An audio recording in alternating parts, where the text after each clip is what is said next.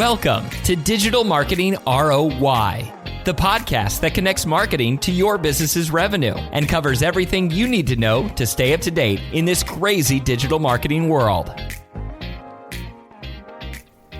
Welcome to Digital Marketing ROI. I'm your host, Shannon Allen, and I'm joined by my favorite person in the world, Krystal. How you doing? Hi, Shannon. How you doing, Krystal Vivian? I'm good. I love being that I've been upgraded. I used to just be your favorite. One co-host, now you're my favorite person in the world. Yeah. That's because you do so much for me. I try to be helpful because that's what you're supposed to do. You do. And I can't believe we're already almost out of April. May's going to be here before you know it. It's going to be summertime. The sun is shining. It's beautiful. I love that. It's hot in here. I'm not going to complain, though. No, I'm ready for summer. Yeah, me too. Yeah. Today, we're going to tackle a topic that I think every business owner with a website needs to really understand. Tying in search engine marketing in 2026 and having the conversation with AI. How do people search now? How has that changed? We've talked about this before. I want to bring it more tied back to SEM, search engine marketing. We're going to really break down what's happening. I want to show our listeners some real results from real clients because we did some really great case studies and talk to you about why SEM might be the hardest working dollar in your marketing budget. Let's just start with cutting through all of the noise. We've got AI killing search. We've got zero-click searches. We've got organic traffic dying, and we've talked about this in previous podcasts, actually happening with search right now. And should business owners be worried? So I always say this when I'm meeting with clients. I ask them, how has your organic search been? Is it down? Statistically, we're seeing 25% down organically. That is continually to grow. We are seeing the way the page delivers in any kind of search changing over time, right? Google's AI overviews, those are the AI generated boxes at the top of the search results, are now appearing for roughly 47 to 50% of all Google searches. We're seeing that. I feel like that number is almost low. Like it's low. My Google searches. And it depends on what you're searching for. How are we using it? Are we doing things very specifically?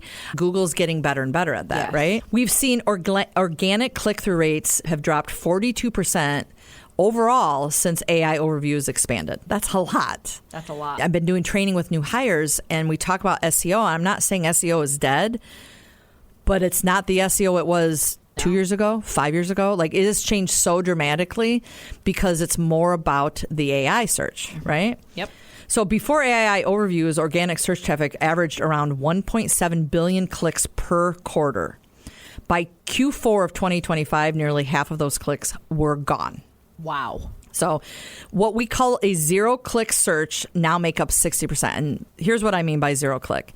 We type a question. So is there a question you've asked recently? Why am I experiencing this symptom on this medication? So in the past, there might have been some blogs. There's some organic to somebody's website that there's a blog on. That's a great thing with blogs. Now, it's all coming up with the AI-generated answers. You're reading it, you're getting the information you need, and you're leaving. You might not ever go to a website because you got all the information right there. And now the AI overviews, I've noticed this happening in the last month or two. When you click to read more of the complete AI answer overview, it takes you into a different window. It's in the same browser on your phone, right? But it opens up a different window that then you have to exit out of, and you can even back to the organic search and you can results. Keep asking questions, yes, right? So it's a conversation. So if zero-click searches make up 60% of all queries, mobile is 77%. We're not trying to get deep dives on mobile. We're trying to just get our answer right there, and we're never going to click on it. People aren't searching less. Google still processes roughly 14 billion searches per day.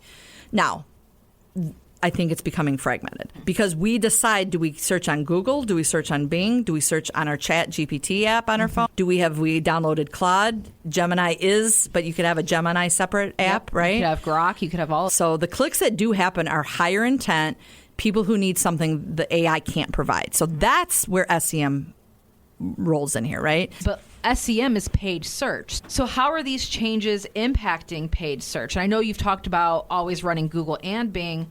Does that matter even more now? And if so, why? First and foremost, paid search ads often appear above AI overviews in Google search results. And I want to make something really clear.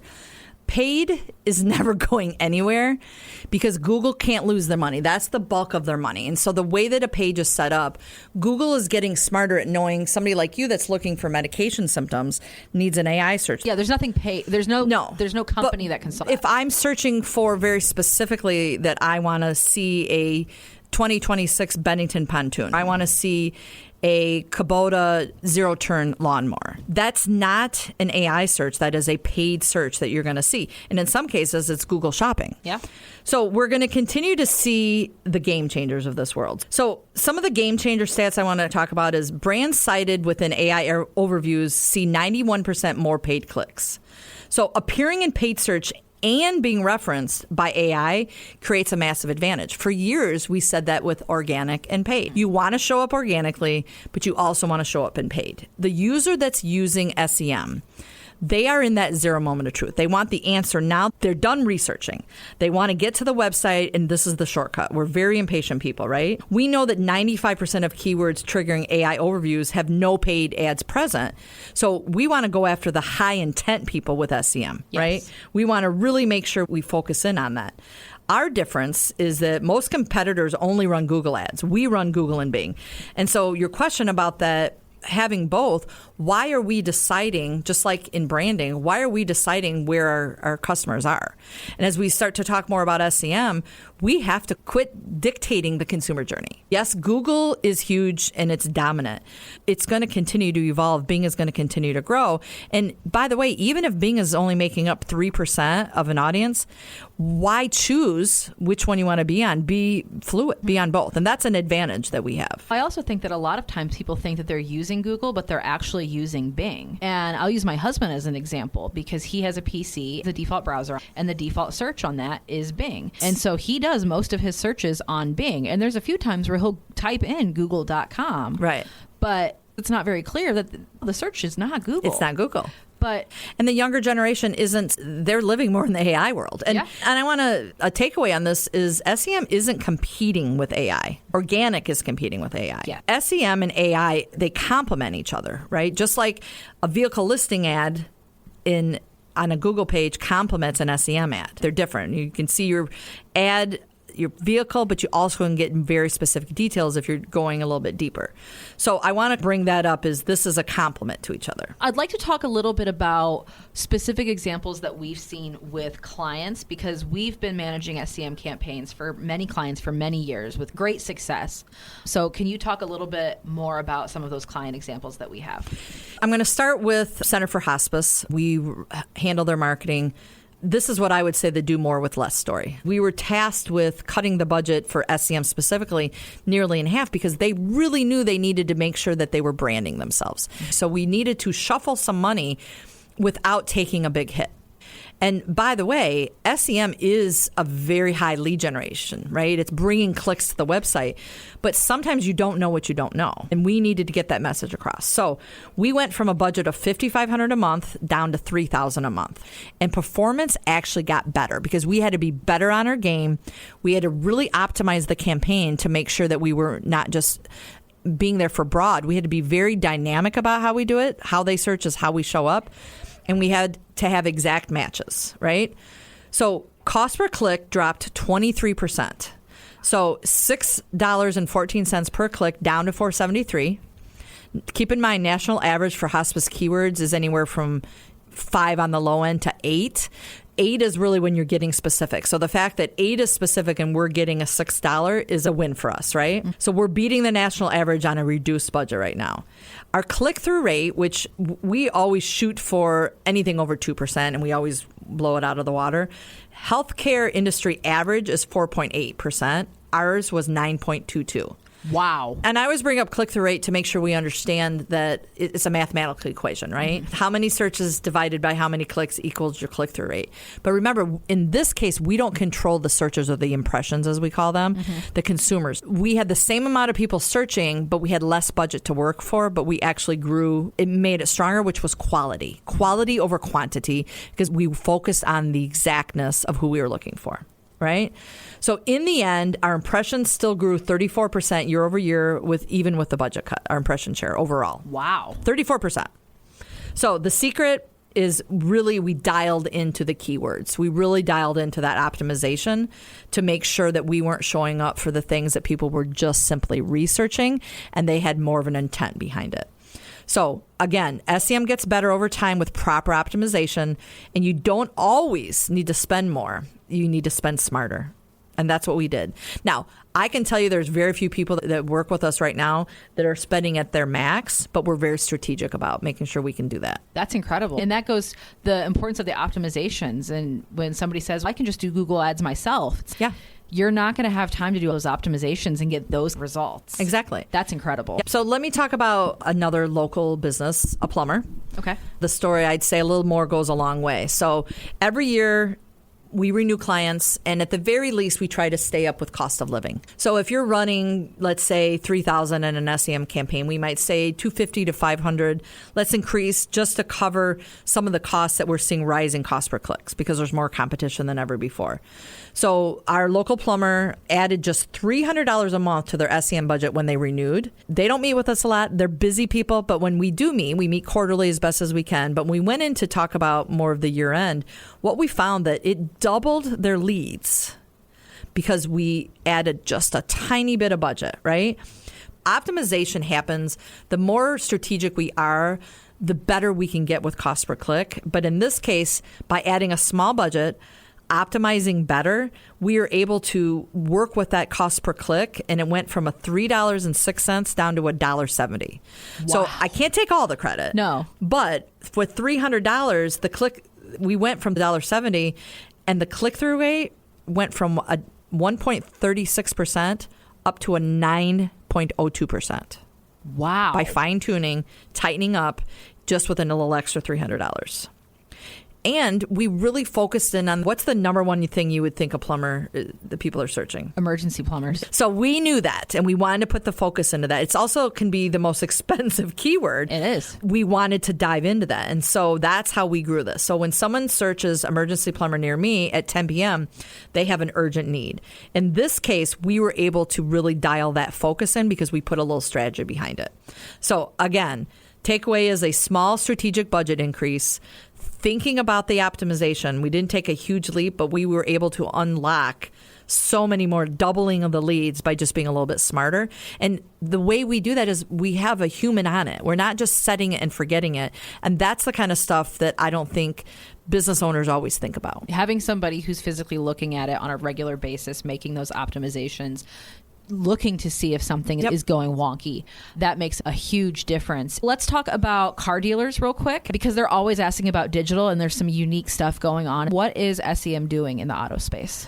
I'll talk to you about what I will consider the innovation story. We work with a local car dealer that is running used cars with us, and they were always just running search engine marketing.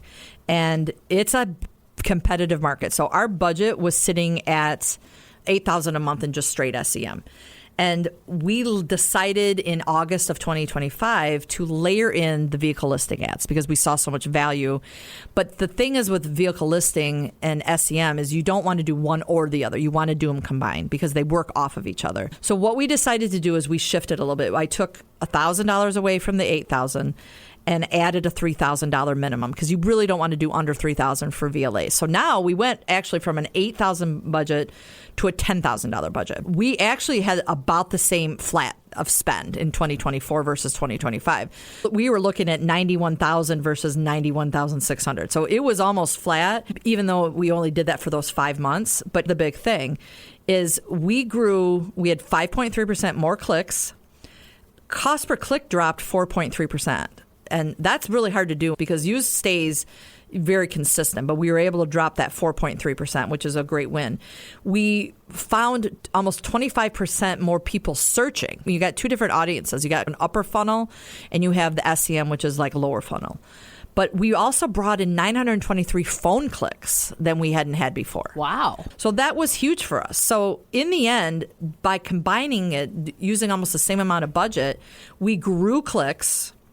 We grew quality clicks because if somebody's picking up the phone and calling, that's a more of a quality click, and VLAs have more of that phone call conversation. So basically the same budget, better results, plus an entirely new lead source, which was the VLAs that now we can see a visual of it.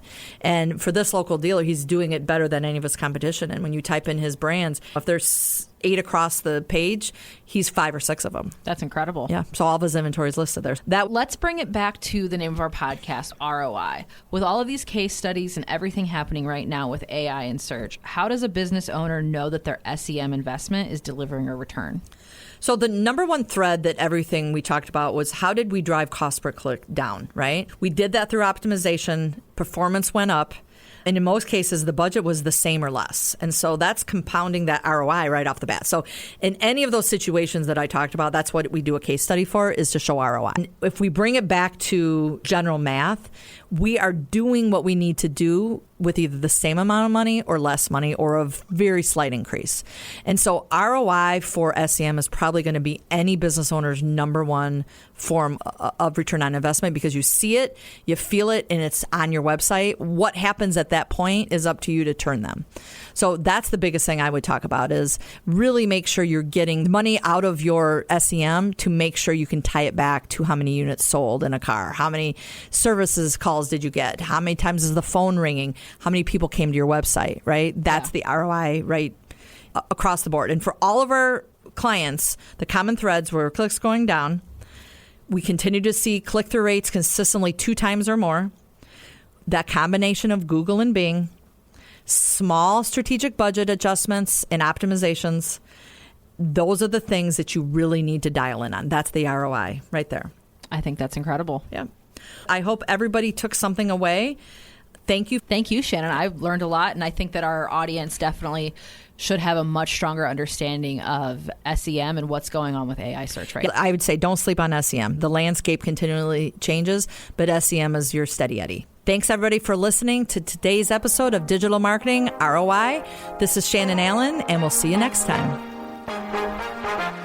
You've been listening to Digital Marketing ROI from Federated Digital Solutions. Do you have an idea for a future episode or a burning digital marketing question? Text ROI to 45364 to get a link where you can share your idea.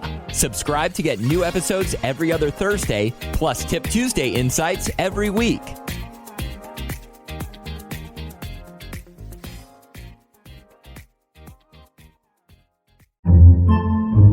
Podcasts by Federated Media.